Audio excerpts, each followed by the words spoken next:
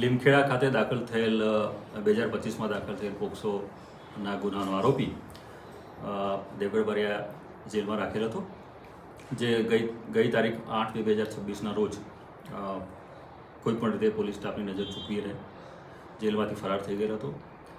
તે આરોપીને પકડી પાડવા માટે પંચમહાલના incharge range IGP Shri Sandipsinh સાહેબ તથા પોલીસ અધિક્ષક શ્રી રવિરાજસિંહ જાડેજા સાહેબનાઓએ અમને સૂચના આપી, જે અનુસંધાને અમારી ડીવાયએસપી લીમખેડા ડિવિઝન તથા લીમખેડા દેવગઢ બારિયા પીઆઈ શ્રી રાજપૂત સાહેબની સૂચના આપી અને એલસીબી એસઓજીની ટીમો બનાવી અને આ ભાગેલા આરોપીને શોધવા માટે સઘન પ્રયત્નો કરતા આ આરોપી અમને તેના ઘરેથી મળી આવેલ, જે આરોપીને હસ્તગત કરી ગુનો દાખલ કરેલ છે.